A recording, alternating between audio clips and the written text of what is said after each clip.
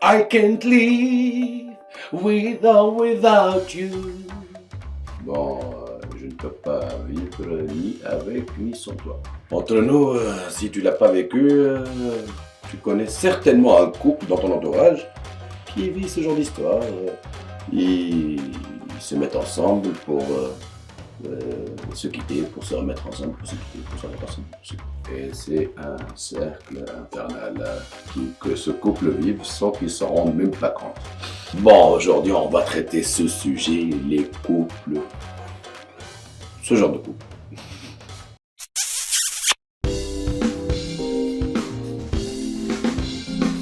تحب وتتحب وتعيش قصة حب عندك مشكل ونمو تحب تريح الأمور تحب تفهم الحبيب تولي سنجروزي عليك بهالكبسولة ما تسلمش المرة الأولى avec the love coach let's go Abyss coach.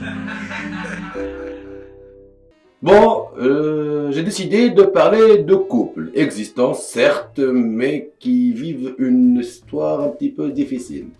Genre, ce couple-là, il s'aimait perdument, mais bon, ça ne marche pas quand même. Ils finissent toujours par une rupture. Ils se remettent ensemble après, mais bon, voilà, c'est une autre rupture. Qu'est-ce qui fait que ce couple vit ainsi? Là, j'ai arrêté de parler du célibat et je traite les couples. Avec des problèmes. Ah, si tu penses que la finalité c'est le couple, mesdames et messieurs, je vous dis que même en ayant trouvé l'âme sœur, les problèmes subsistent encore et encore.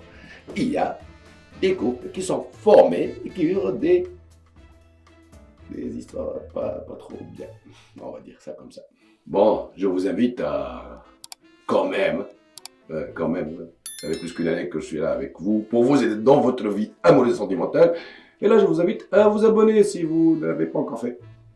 Bon, pour commencer, il faut savoir que il y a un mythe qui tourne autour de ça, et c'est celui de la relation passionnelle. Oui, je parle d'un idéal d'adolescent. Au fur et à mesure qu'on grandit, on est souvent confronté à ce genre de relation. C'est un petit peu sordide, mais c'est comme ça. Roméo et Juliette, beaucoup de films, beaucoup d'histoires qu'on nous raconte, où l'amour est quelque part impossible. Bon, vous pouvez me dire que c'est le summum du romantisme, mais... Et là, je vous dis que quelque part, c'est un petit peu un échec. Il y a beaucoup de souffrance. Ce genre de relation où il n'y a pas de belle finalité. C'est un échec quelque part. Et oui, je sais que dans l'idéal, ou plutôt l'imaginaire collectif, l'amour fusionnel, comme ça, impossible et tout, c'est l'idéal. Mais bon, je pense que ça fait mal. Le fait de le vivre ainsi, se mettre ensemble pour se quitter, pour se remettre ensemble pour se quitter, c'est quand même pas trop bien, je pense. En fait, pour faire simple, la stabilité quelque part en amour et ce qu'on appelle la monotonie, eh bien, tout simplement, on ne peut pas vivre la fougue et toute l'intensité du départ de la relation tout au long de la relation. C'est impossible, on va dire. Bon, impossible, mais bon, quand même, cette soi-disant monotonie, on a besoin. Et quelque part, ça veut dire que le couple se tient bien. Des fois, dans la relation fusionnelle, on pense que dans le couple, l'équation est ça, 1 + 1 est égal à 1. Chacun vit pour l'autre et c'est beau et c'est magnifique. Mais dans une vraie version de la relation, 1 + 1 est égal à 3.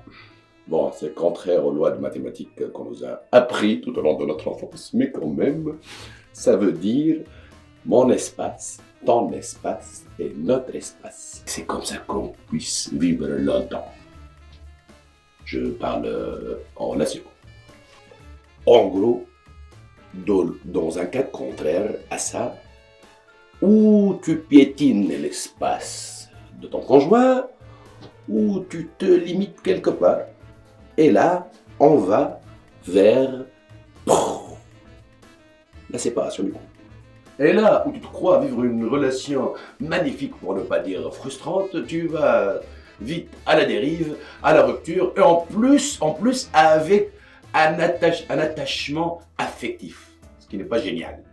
En gros, mesdames et messieurs, si vous êtes dans ce schéma-là d'une relation, je veux vous dire que ça ne va pas du tout bien. Et oui, ce qui est, on va dire, monotonie, comme je vous expliquais tout à l'heure, en fait, ça calme un petit peu les ardeurs et les montées, on va dire, vers une dispute ou autre chose. Donc, le calme, c'est une zone où il faut se poser quelquefois. Et ce calme-là ne va pas à l'encontre d'une relation amoureuse passionnelle. Et puis, je voudrais vous rappeler que, quelque part, il y a beaucoup de ruptures dans une relation, dans une même relation, c'est que ces ruptures fragilisent la relation. Et là, on a tendance à ne pas oublier ce que l'autre nous a fait avant la dernière rupture. C'est ce qu'on sort à chaque conflit futur. Donc, si on n'arrive pas réellement à oublier ou à dépasser ou tout simplement à passer l'éponge, on va sortir ces anciens dossiers qui vont rendre notre relation pénible. Il faut savoir se remettre en cause. Oui. Et comment s'en mettre? En gros, mesdames, messieurs, si vous avez toujours le même schéma amoureux, c'est quelque part, et que ça finit mal, ce n'est pas la faute à la chance. Vous êtes un petit peu responsable de ça. Et oui. Revivre la même situation, quelque part, il faut être responsable, et c'est généralement toi. Il faut dire que si tu as une vision de départ, on va dire, toxique de la relation, la vie vous servira une relation telle que vous pensez, rien que pour confirmer un petit peu ce que vous pensez, la votre position. Donc oui, quelque part, il faut savoir se remettre en cause et se dire que l'autre n'est pas le responsable de l'échec de votre relation. Alors se dire tout le temps que ce n'est pas à cause de vous, c'est à cause des autres. Alors, le malaise amoureux, il va se prolonger, beaucoup même. En gros, si j'ai un conseil à vous dire, il faut passer à autre chose. Et si vous voulez passer à autre chose et faire le deuil de votre relation qui vous emmène quelque part, je vous invite à cliquer sur ce lien et là vous saurez comment passer à autre chose si vous le voulez, bien évidemment. À très bientôt dans une nouvelle capsule. Bisous!